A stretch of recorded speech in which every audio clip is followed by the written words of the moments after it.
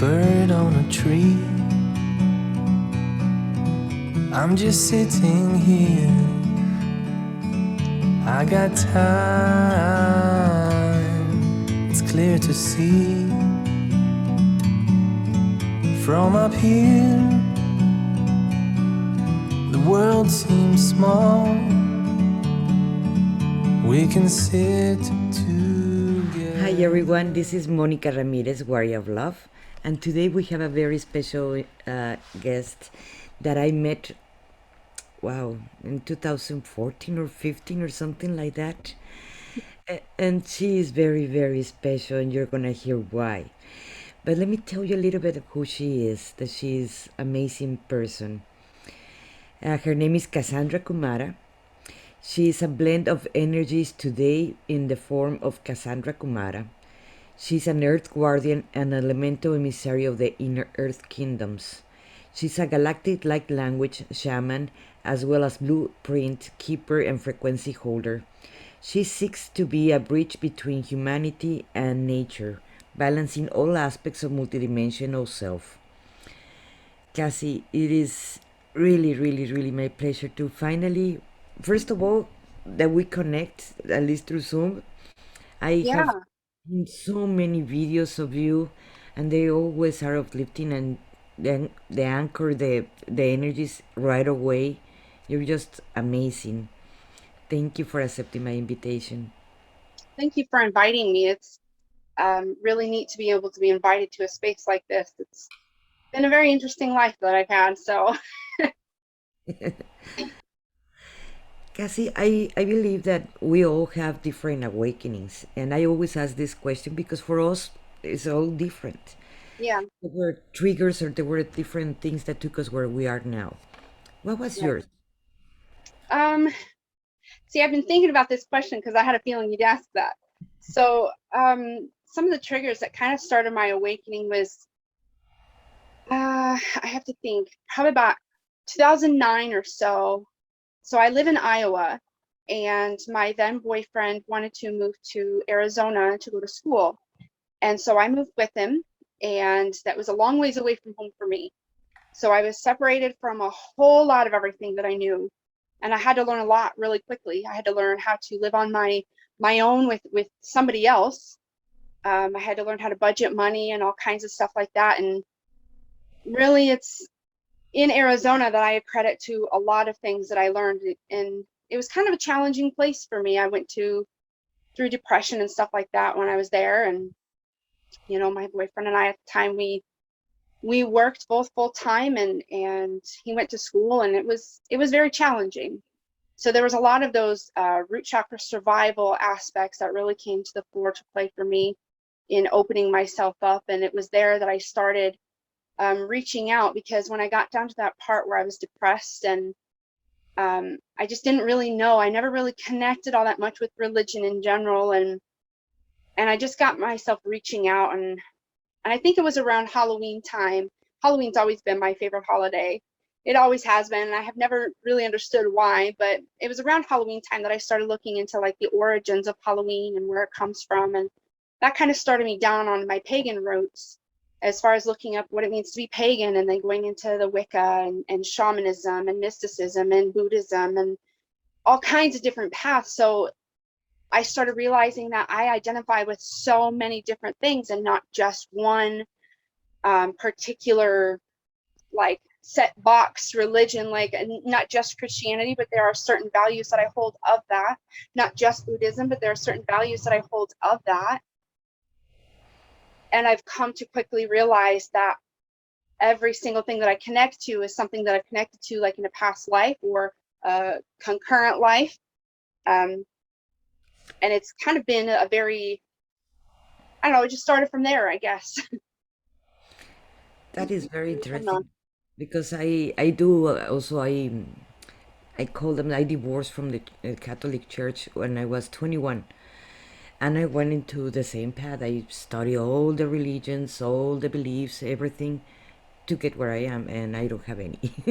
but Yeah, I but I took parts of whatever resonates with me because yes, you're right. Not everything is gonna resonate with us, and now we're choosing, pick and choosing what we right. accept. in our lives. So yes, do you continue doing, of course, your beautiful light language, right? Yes, I am. Light language is something that kind of just spontaneously happened for me. It was, and I come to understand that that's how it happens a lot of times for people. It was because I heard somebody speaking and I heard somebody singing, and it was just like an automatic overnight, oh shit, pardon my language, but it was like one of those aha moments of, I know this, I feel this deep inside, and I continued with it. And then I had to go through the stigma of, this is different. This is something very, very different than a lot of people are used to. You know, a lot of people would think that it's just babble or it's incoherent and it doesn't make sense. And a lot of people want the translation. But like I do, light language it's a heart-based practice. Can you explain? I guess some of our spectators are gonna know what is light language, and some of them they don't. Can Okay, you explain them what it is light language? yes, I can. So light language, it's like a universal language. You know how everybody smiles in the same language, right? We don't have those barriers between us. Our Earth language tends to just go through the brain. We like to analyze a lot of things. Um, Light language, because it's incoherent, so to speak, it bypasses the signals of the brain and goes right to the heart. It's a heart-based center to assist us in reconnecting with our hearts and to assist us in opening our hearts so that we can reconnect to others from our heart base and not just from the head space. It helps to bring in balance. And it comes in many different forms. So how it started with me is it started just by speaking light language. And it's something that you don't just give thought to. It's just something that happens, like, aru ukurinyet idrisikirenyo ma aru ulisikinetian. Lali ikod sar ine terefiri ki mestre indu bor inikile in asur nema ilu utmesi.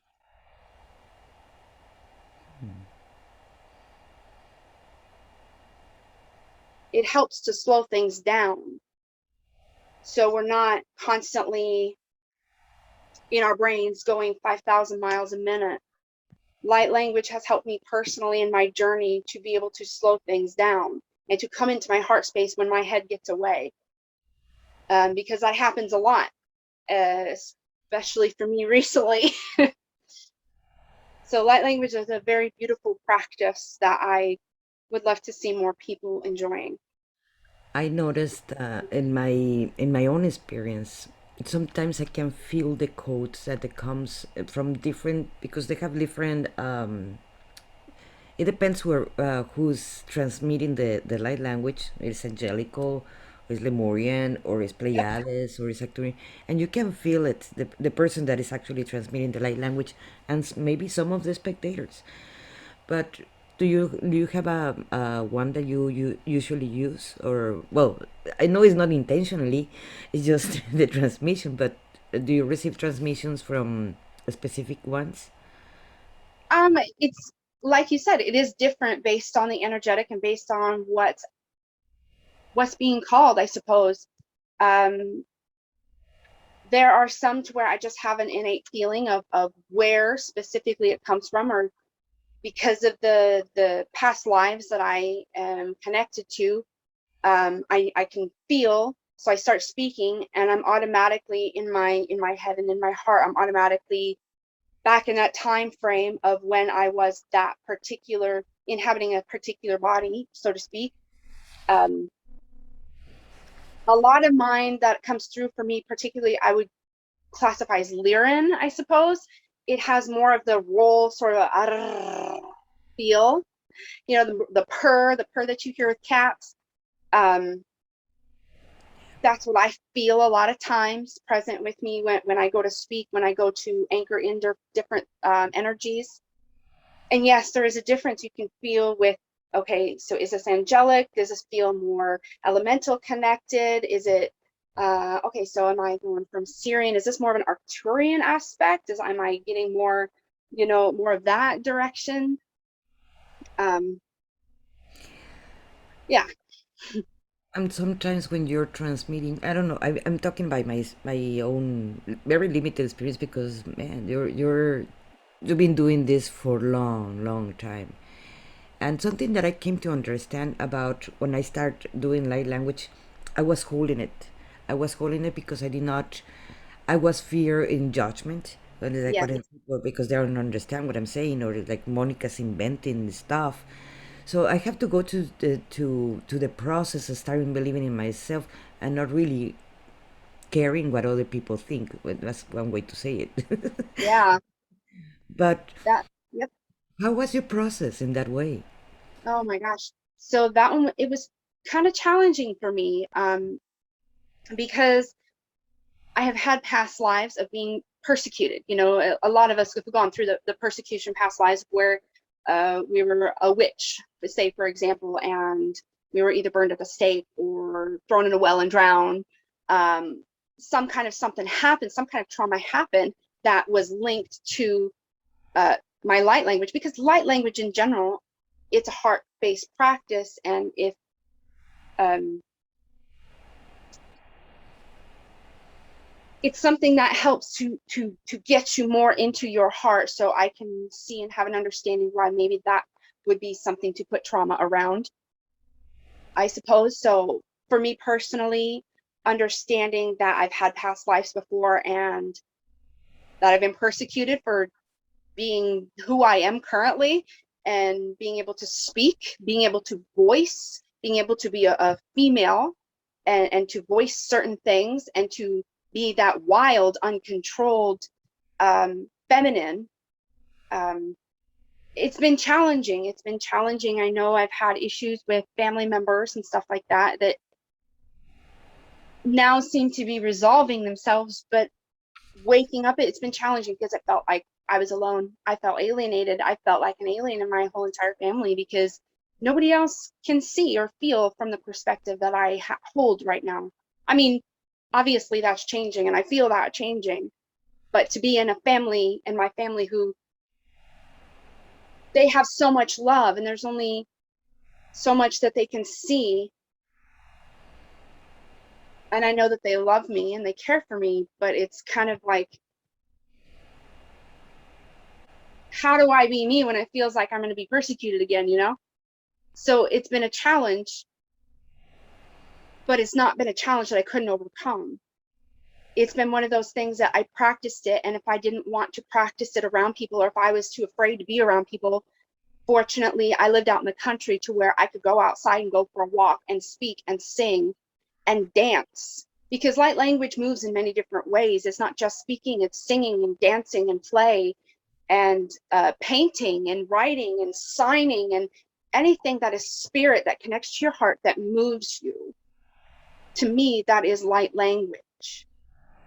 And Yeah. so anything that does that should be allowed to flourish. And when it connected with my heart and I started feeling it, and I started feeling it really pull, it's like that pull to keep my heart open and to open my heart was louder than all the fears could have been. That pull of having my heart open by something that I know very, very well, that I have done many, many times, it just trumps the fear completely of being persecuted. Now that come in layers, it comes in layers like healing does. But I now feel comfortable to be able to be myself, to be able to stand outside in town, wherever I'm at right now, and go talk to my tree that's right next to me, because it feels comfortable, and that tree is going to give me some comfort right now, and speak and sing and work with the elementals that are around me. Light language opens so many doors.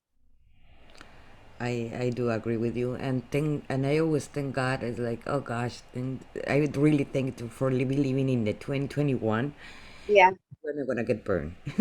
yeah. Exactly.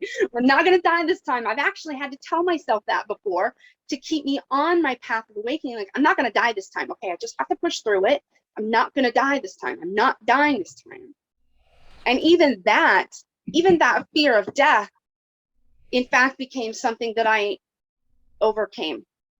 That, you know what, it doesn't matter if this is where my heart resonates and this is what my heart is asking me to stand up for. It doesn't matter even if I do die this time. Like that fearlessness sometimes just, it takes something powerful to step it in. But I have never experienced in churches, but I have heard that many churches they call it. They have even a name for the light language. Different. It's not light language. It's talk. speaking in tongues, yes. Why that is accepted, but not light language when it's the same. Yeah, exactly. I'm I, not sure why that is. It doesn't make sense to me. okay, I've been asking that question and I haven't got the answer. Like, I don't have the answer to that either, because it's the same. It's the same. It's just that it feels like speaking in tongues feels like more of it's putting a box around it and classifying it as one thing, instead of having the freedom that saying light language does. Because speaking in tongues, I think sometimes can be looked down upon, especially if if you're in the church and that you can speak in tongues. I think even that is looked down upon at times. yeah. Really, it's just us tapping into our hearts and our own souls, and not really needing that mediator of having to go to a building. And that's me personally, of not needing a mediator to tap into my Christ consciousness self to know God. And it's Yes, I grew up Catholic, and that was one of the things that is like when they tell me in because I studied also with nuns. And, yeah, oh, they live in the trees, they live in the dogs, they live in the animals, they live God lives everywhere, but you have to go to church to talk to God or talk to the priest. And it's like then yeah. I'm less than the dog and the flower and less than everything because he don't lives inside of me. It was pretty confusing. The message is pretty confusing Mhm. about that. Something that I was reading in your bio that it sounds very very interesting, and I know what you're speaking, but I would like to amplify it in that you're a blend of energies that make Cassandra today. What blend of energies? Okay, so that's something that when you asked for my bio and stuff, I was having a hard time, because now I'm needing to introduce myself in a public way, and I still have no idea how I identify myself. My given birth name is Cassie, and I like that name, and it's very pretty. It hasn't always fit who I am, because Cassie feels very limited. So I've branched out, and as I've shifted and changed, different energetic names have come to assist me in identifying, I guess, because I have a hard time identifying with one specific name when being a multidimensional being and understanding that I'm not just a human. I am so many more things than just human, and I have lived so many other lives, and I am living currently many different lives through many different vibrations. How do you narrow that down into one name? And I have gone through many cycles of names, of uh, Katara, of Sakara. Kumara has always been a tail end name that's stuck, because it's the Kumara dragons, the Kumara luminaries from Venus. It's Kumara, the photonic Ku-ma-ra blends. Ku is the blending of, and then Ra.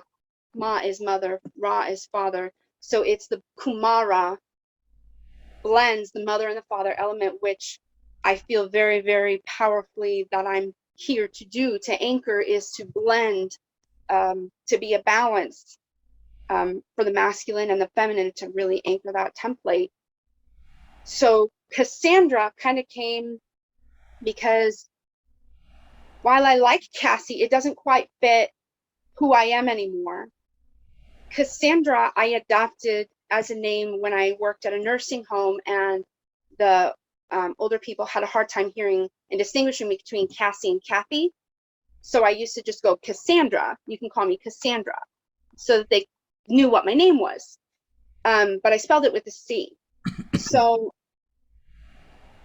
Katara, a name that I once held, um, that a name of one of my very, very dear Katara Russell, she holds that name as well.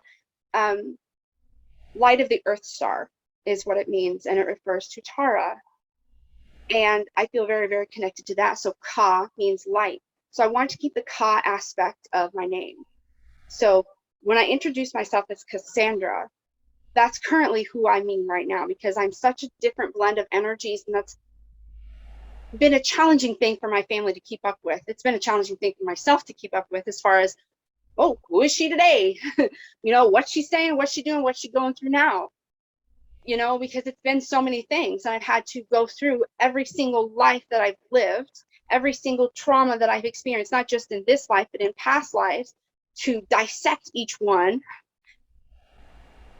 go through it, process it, release it, claim what I need to claim, owning my shadow aspects, because that's been a hard one for me. I used to be one of those light airy fairies that shadow don't exist. What's that?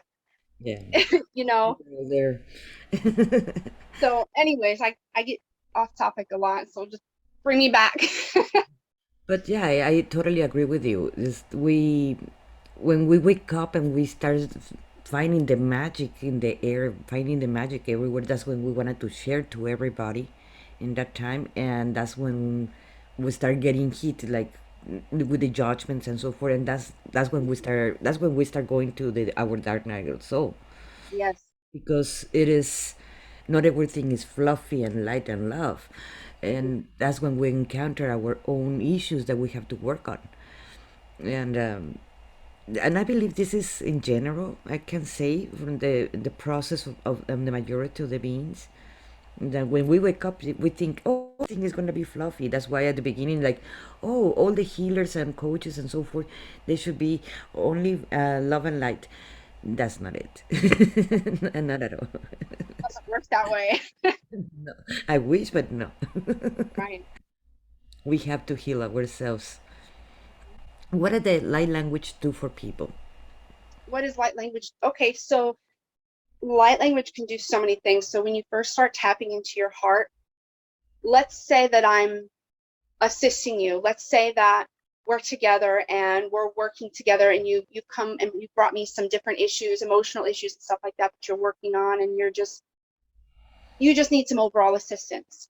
So I can assist you by helping you to tap into your heart, which taps into your own light language, because every single person is equipped with the capabilities to speak, sing, write, dance, whatever calls to your heart type of light language, because that is your heart. What light language can do for you is it can heal you. It can heal you, and it's done in layers. So when I work with you, let's say that you're a client that comes to me for healing, and I will work with you, and I will speak light language, or I will sing light language. And what it will do is it will open up certain key areas in your body, in your cells. And my energy speaks directly to the person's energy, or my own energy if I'm working on myself, for example. And it works directly with your cells. It works directly with your energy. It bypasses your brain. So it actually helps you, and it assists you in healing cuts and healing wounds and healing emotional issues.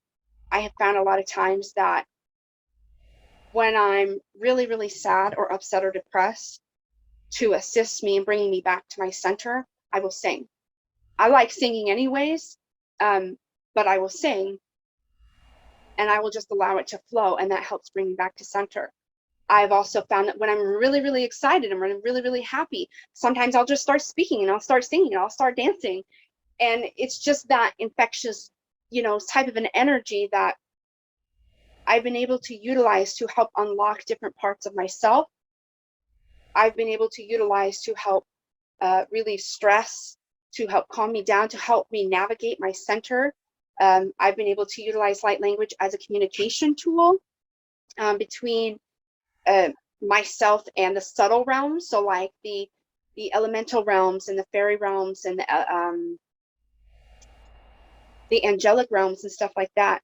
Being able to utilize light language assists with that, because I can just go and say, I'm struggling with something right now. Angels, can you please bring down the frequencies that'll be right and correct for me, for my body to assist in adjusting myself and bringing myself back to center, back to alignment. And then I wait, open my heart, and I allow. I breathe, and what flows through is what I need in that moment. And it's always different based upon what is needed in that moment. Are you teaching classes right now? No, I'm not teaching classes.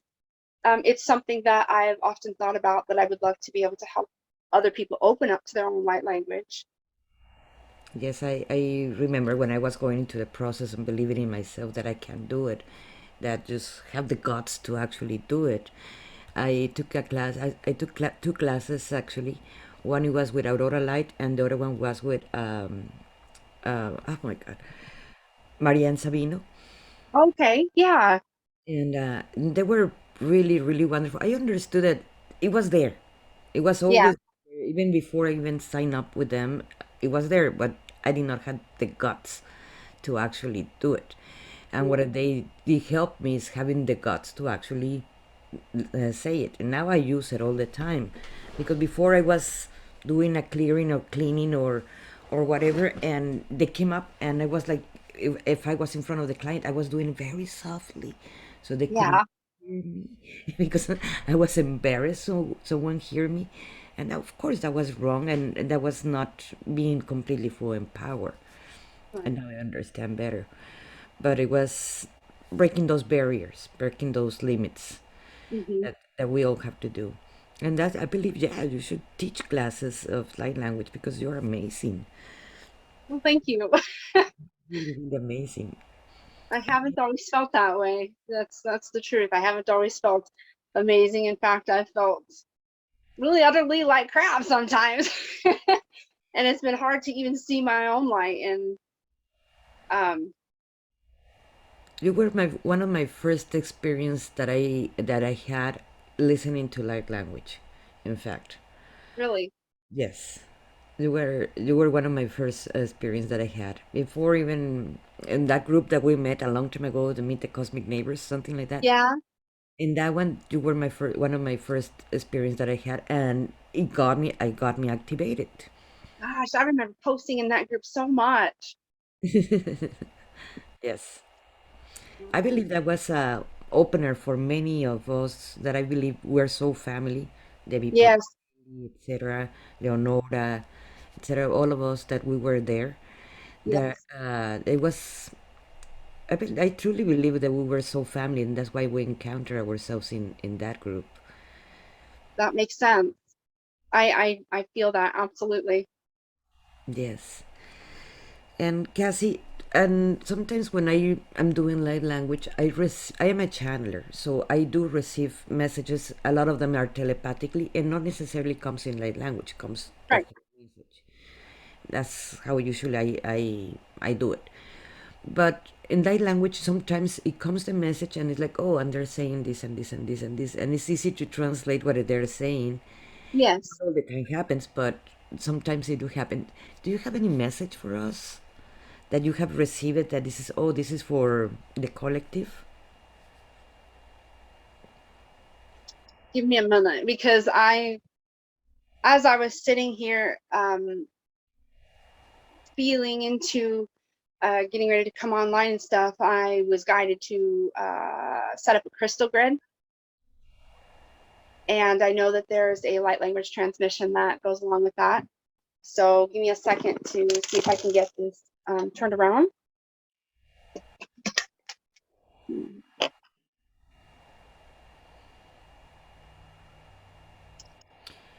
Have some water, guys. After this transmission, I would really recommend it so you can anchor them. Yep, absolutely. Drink water. You can speak light language to your water, and it will help you too, and your food. Okay, so let's see. Let's see if I can get this turned around right way.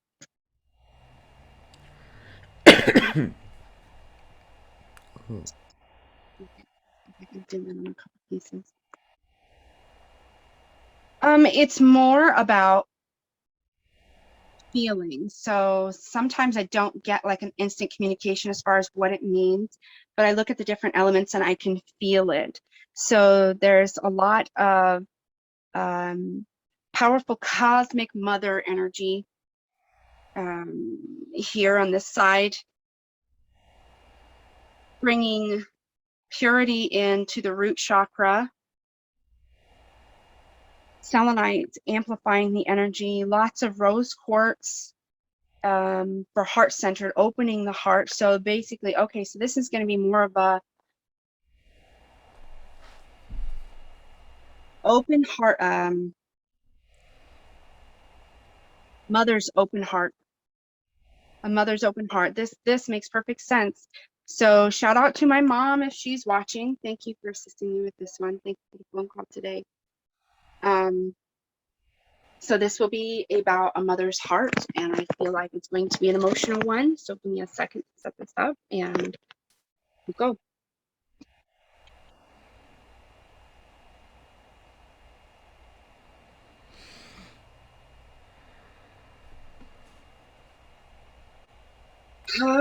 Ni triadruar, huno do kundro, hisektirenim alumwe.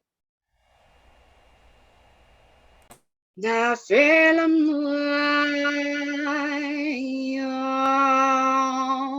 mi. Han sushakir en edri iferikin siele unsal umal inim.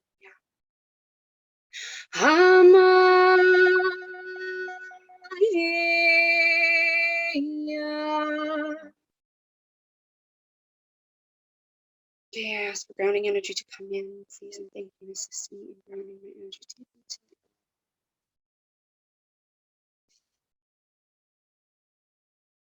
going all the way up and connecting with heaven and earth.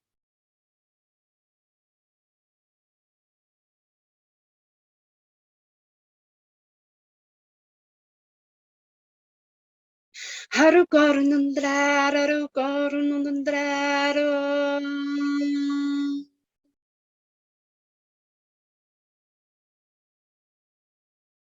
Yem sarekid etri etrikarum. Trihinte perenimar adakundro inistekiri inetri amar upor niel ele inkundro istet unyam or inimat unim. Hen sefti esse pre eferano pro impero socuporn amapre inistarek kindri terkiam. Seti sisefen separa ifesen sepes insiero untruidem nerum.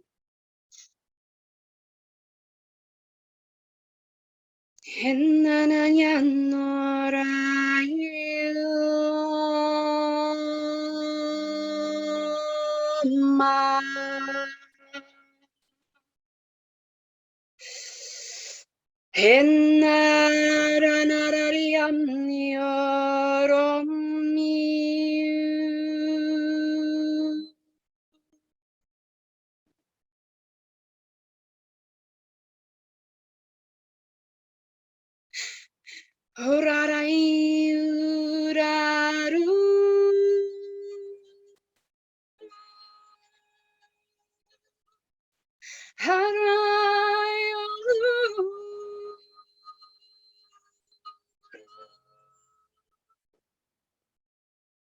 Siero conformi tru indreki non trovichero non trunghiero non trunghiero.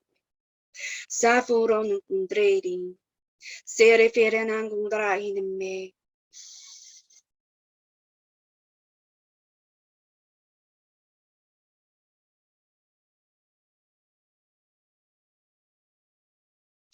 From the Divine Cosmic Mother, know that you are loved. Know that you are supported.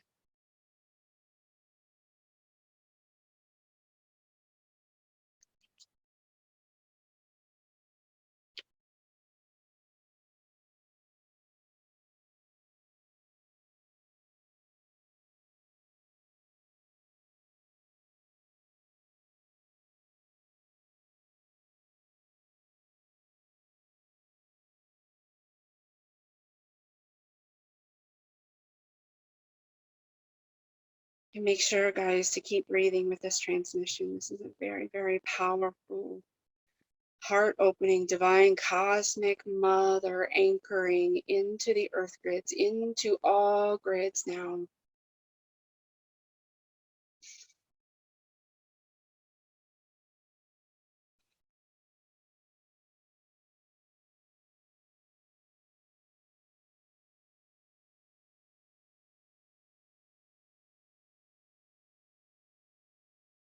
I'm getting the message to say, and for myself too, that your life is powerful.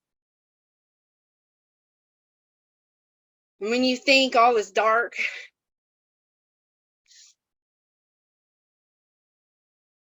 that's where you find your light. Don't be afraid of yourselves. Come back to yourselves, come back to center every single time. And open.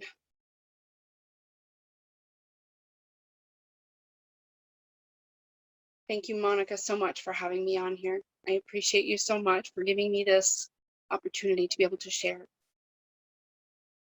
Thank you guys for tuning into my energy, and I hope that every single person who feels this energy and who watches this receive the biggest, like I am talking, the biggest bear hug from me that you could ever possibly get. Like, just feel me and know that, you know, we're together now. Like, we're all here together, here to support each other, and I'm finding my support system back in myself too. So we all go through stuff that can't be overcome.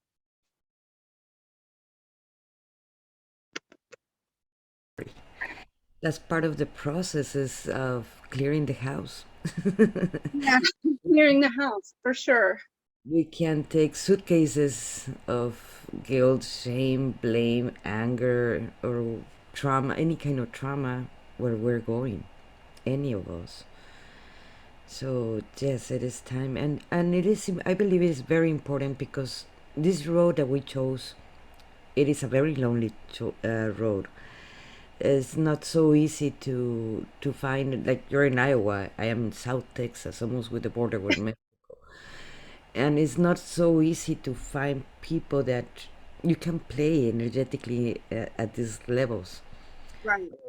or even understood, in fact, when you are passing through your own things, and it's a very lonely road. So I believe it is very important for all of us to understand that we are not alone, that I really thank the internet, because that at least we can see our faces.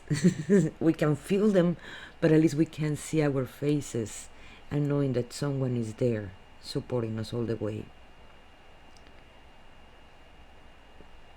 So yes, we're not here alone.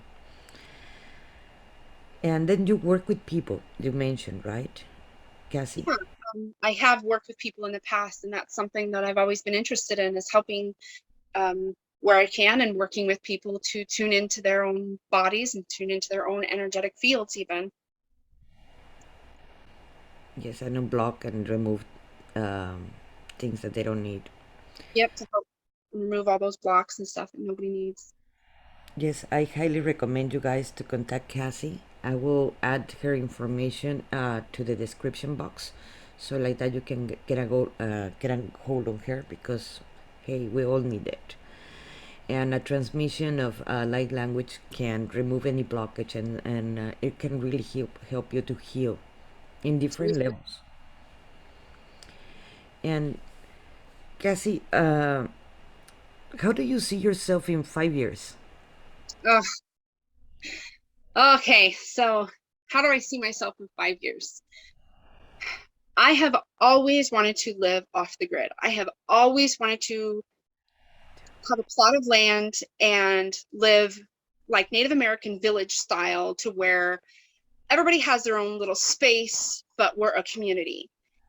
And there's community gardens, and people contacting and getting in touch with nature again. There's a big, like a fire ring to gather around. There's singing and dancing and drum circles and yoga and education. And I've always wanted to teach a forest school. So taking people out into the woods and helping and assisting, facilitating in the reconnection between nature and the nature elementals and humans, and how we can work together. Because as a blueprint keeper, that's one thing that I do, is I can see, and this really didn't hit me until just a couple days ago, to be quite honest. But when I'm in a place, when I'm in a space, when I'm around people, I tend to feel like a higher blueprint or several blueprints of what that person could grow into, or like the possibilities. So like when I'm out in a nature space, in a park, for example, out in the woods, I can sit with the trees and feel, by connecting into their energy and their subtle communication, different blueprints and different patterns for housing structures that are made with all natural materials that work with nature, not against nature, that work with the flow and the structure, like biomimicry, big huge bird nests. I see different visions in my head of different communities. In, let's say, for example, you're in more of a desert situation, different communities set up based on the area that you're in, like well, I guess Native Americans did that sort of a thing too, building teepees in their lodges and stuff like that. That's sort of the thing that I'm interested in going back to, and showing people and connecting with other people, because it's not just me creating or me teaching sort of a thing. It's, we all work together and we bounce off each other. So if I don't think of something, oh, hey, did you ever think of this? Maybe it could work this way. We work together. That's what I want, is I want a village of working together, of several villages, being able to see us going back to nature, being able to see the issues as humans of what's been going through, and be able to take responsibility and ownership for our energy in every single aspect, and being able to step in for nature, who doesn't have a voice of her own unless she's really violent about it, with earthquakes and tsunamis and volcanoes and all kinds of stuff, getting us to wake up and see we need to be the stewards of this planet again. We need to be her voice again. I totally agree with you. I have the same vision. Actually, that's something that is one of my goals too at the same time. And yeah, I remember a while back there was the Ubuntu movement. Yeah. And I thought, oh, that's great, but there was something in there like I don't feel like this is where I want to go. I still do not know why. I'm not against it or pro. I just I don't feel in my being that that's where I envision it, Yeah. and I believe that's what you're talking about, because what you're talking about is like, yes, exactly. That's what I resonate. That's what I feel. And when the space where you were talking about the blueprints, and I call them, I go there and I call it myself the no time, the no place, because it is, you can see the possibilities of everything that it can happen depending on the choice of we choose or anyone choose, and that's where it can happen. From that point, many times that's where I take my decisions, Makes because sense. that is easier to make a choice when you can see all the possibilities that can happen if you take certain choices. And that's exactly, and but I have not put myself the name, because I didn't even know how to even call it. And you call it blueprints. That's very interesting. It's interesting, because now we're paying off each other, because what you just said about you make decisions from that space. I just realized I do the same thing, but I have been, I didn't recognize that that's what I was doing, and I haven't been able to communicate, like to bring that down into that space of, so I see all the possibilities and I'm resonating with the one that's correct to me. Now, how do I explain that? How do I bring that back down? How do I see that this is the highest possible timeline? Where do I go from there? And what steps do I need to take for that? Yes. I've never been able to actually explain that. So it's Yes. that point of no time. I see that. Yes, because there is no time, no space, no. I can't even call it the void because I love to go to the void, but it's not the void neither. It is. We're learning different things, and we're just having the downloads, and suddenly it's like, oh my God, this is what Yeah. or now I know how to do this. That's what it's about, the downloads, guys. If you guys do not know what is a download, you just receive information from your galactic family, from your soul star family, from um, your multidimensionality, let's put it like that. And now you know how to do something new that you didn't know how to do yesterday. Right? Yes. Me journaling, which is something that I've been wanting to get back into, and something that I'm going to get back into, but journaling, I remember, has always been very, very helpful to me. Like, even if I don't know what to write, I'll write several times. I don't know what to write. I don't know what to write until something starts flowing, and eventually I'll get on something. And it's just a way to be able to bridge that and help my brain to, okay, just get it out, you know? And it leads to many different things and helps me to get different revelations and to be able to process those downloads that happen, to be able to break it down into chunks. Yeah. Yeah, because sometimes you just receive the download and you don't know what it means. And it takes Yeah, you days, hours, weeks, or months to understand what was the download about that you yeah, just. It depends on how long it takes you to anchor that information, and light language can help you for that to anchor it easier, right? yes, it can. And what did you do? What do you mean with Earth Guardian Elemental Emissary? That's what you were talking about? Yes, Earth's guardian, being an elemental emissary for like the inner earth kingdoms. I have a very strong connection to inner earth, and I've always had this connection to understanding that there is more to this planet than just what's on the surface. Like, I have memories that flash back sometimes of being in crystal caves and being a more of an avatar, like being, you know, that movie Avatar with the blue feline beings, being more of a being like that, and being able, in crystal caves and singing with a group of other people around me and activating these crystals. And I have different memories of being in like very, very lush gardens and vegetations and waterfalls and all kinds of stuff um, inside this planet. Um, and I know to some people that sounds crazy, but I have those memories and I have those knowings and understandings of it being like it's the heart of the planet. So like inner earth to me feels it's like mother's core. It's the heart of the planet. And if you think about our being, our body in and of itself is the torus field. So we've got energy constantly going this way and then constantly coming from your root and going up and down, you know, like an apple. So in the center of the apple, you've got the seed. In the center of us, we got our heart. In the center of the planet, you've got the core crystal.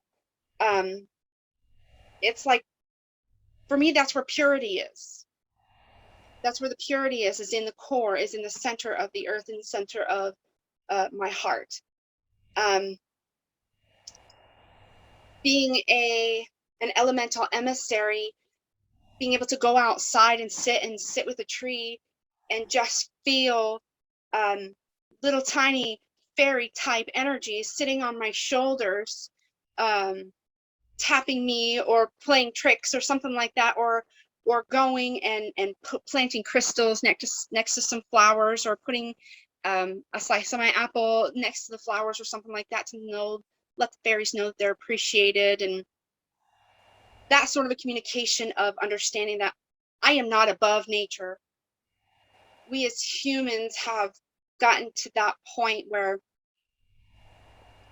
we think that we're above nature, that we can build cities and we can build towns, we can build roads and bridges and have all these different infrastructure things when our world is going shit, you know, pardon my speak there. But when you have cities that are polluting so much, and so much garbage and stuff is going into the oceans, and so much litter is being thrown out, and I used to get so upset because I'd walk down the road and I'd pick up trash that other people threw out, I know that's not my job. I know that's not my trash and I shouldn't be worried about it, but it's my planet and I care about it. And I want to show people that we can't treat her like this and expect for her to treat us good.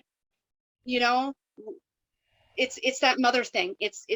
There's that correlation. There's that connection. It's the whole mother thing. We can't treat our mother earth like crap and expect for her to provide food for us, expect for her to provide housing for us, expect for her to provide any kind of anything for us. How about if we make the proposal for all our viewers and the ones that are going to be seeing this podcast later on, to pick up your trash that you're throwing out, and not only yours, pick up at least some of trash from other one. And if we all do that, we can have a cleaner planet. Absolutely. And if you go for walks, if you're somebody who goes for a walk daily, I used to do this all the time. I still do this when I go for walks. When I carry my purse with me to carry my water and my phone and whatever else I have, I carry like grocery bags so that whatever garbage I see, and if you carry gloves on you, put a pair of gloves on and pick up the trash and just clean up the park, clean up the planet. If you're at a park, clean it up if you see it, because that's the least that we can do for this planet who gives us everything. Without this planet, we wouldn't have anything. She is the cosmic mother for us humans to be here. Yeah. And she needs to be treated with respect and love again. And I believe there are more people waking up more and more every day. More that are confused and they need help. And because they don't know what is going on, they already passed the fluffy part, that not and light, everything. They already passed that stage, and now is the confusing part where we were, the dark night of the soul, and trying to figure it out now. So that's why I believe we are very important right now in this time, so we can help them out and guide them. And you guys are not alone. So if anybody's struggling with any of this, like I said, like I'll sit here and cry right with you. I mean, previous to coming on here and 2 hours earlier, I was having issues and working through some things, and I was sitting here crying. And we're not all without our struggles. We all have things that we're dealing with. And if you ever get to that point where it's really, really hard and you have nobody to turn to, I understand that completely. I was there just a couple of weeks ago, and I felt like, what, maybe it would be better if I just wasn't here anymore. Maybe it's not worth it at all to be here anymore. Just take myself out of the situation completely.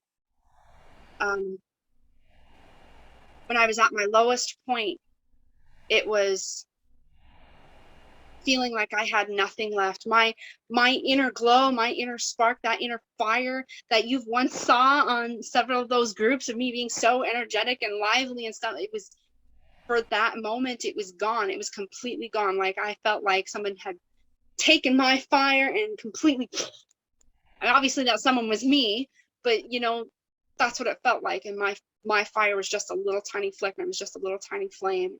And honestly, if it hadn't been for that subtle communication sitting in that moment of saying, just trust, stay here, it'll work out, just trust, I don't think I'd be sitting here having this conversation with you.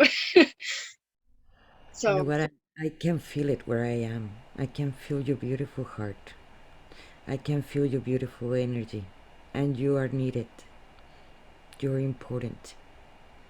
And it doesn't matter if the people, our families sometimes are the ones that judge harder. And if our families can't see the magnificent beings we are and why we're here, because our mission is ours, not theirs. And if they don't see it or not, it doesn't matter. We are not here for them. We're here we have our own mission. And you are important. And you're love. Don't forget that. thank you. And you're not alone. We can't be alone to know that. It is not about me being with you and supporting you. It is all the elementals, all the energies. They're always with you, even if you don't want to. See, and that's the hard thing. I sit here and I talk about all this stuff and I talk about how awesome and amazing it is, and then I myself forget about it. I myself forget about my own gifts to activate myself, to bring myself back. And I'm sitting here saying, oh yeah, if you're having a hard time, here, you can just tap in and the elementals to help. Sometimes I am my own worst critic, and sometimes I really need to take my own advice and just do that myself.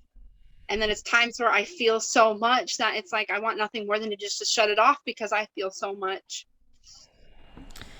Do you remember Dendre O'Connor from that group too? Yeah. He's saying, "Oh, oh my! I wanted you to." I could not see it in my computer. It says, "Oh my! I want you to your light and your spirit." Oh, now it appears over here. She was needing your light and your spirit too. That's what she says. And Josie Sight, remember also from that group, she's watching us, and yes, she says that she loved. Oh my God, I miss that group. I know, that's what I'm thinking too. Like it was such a wonderful connected time when all of us were in that group. Like I felt connected, I actually being able to be in a group like that and see and meet, even when we did those meditations, I don't even recall how often it was, but even when we did those meditations, when we did that, I love doing that and I miss doing stuff like that. And I want so badly to get more into that. It's just, I haven't really known how, been focused on a lot of different things. But thank you guys. I see Deirdre. I think I see you message me. I can't look at it right this second, but thank you, Joseph. Thank you guys. I love you. Bob, I do have a group. It's called Awakening from Within, and you're all welcome. And I miss you guys, all of you. Awakening from Within. Is that what you said? Awakening from Within. Okay, I'll find you then. Yes, and well, you have something else? Would you like to add? Not at this particular moment, I don't think. Well, okay, then thank you everybody for being here. Thank you, family. Thank you for being here. It looks like we got together finally. Yeah. Some of us at least we are here. And this is awesome. This is really, really good. And this brings so much beautiful memories. And do more of this. Can we do this again? yes, of course we can. Yes, we do. And well, the next week I have two podcasts, and the second podcast is more focused more in artists. The next podcast I am gonna have on Sunday 19 at 6 p.m. That's on Sunday. I have Scott Kiche. He's a visual artist that his work is really, really, really impressive. He's in Los Angeles. And in Soul Talk, the next Monday, the 20th, I will be giving a transmission. And we're going to be doing a channeling from my higher self, Maia. And I'm having a free mini class, Balancing the Polarities, in October 27, 28, and 29th. For more information, contact me. And remember, guys, I really want to give thanks to the people that have been supporting me in my podcast through their donations. And remember, this podcast survived by your donations, and I really, really appreciate it. Thank you so much. And send me your information, Cassie, so like that I can put it in the description box, so like that, and if anyone wants to contact you, they can contact you. It's so Thank you for beautiful. accepting, and thank you for You everyone and for being me, here. I send your love to everybody. we meant to be Love you guys. Bye. And let's repeat in the it. great outdoors. Okay. Thanks. Bye. Love you. Thank you. Thank you. Thank you. Thank you. Thank you. Thank you. Bye bye.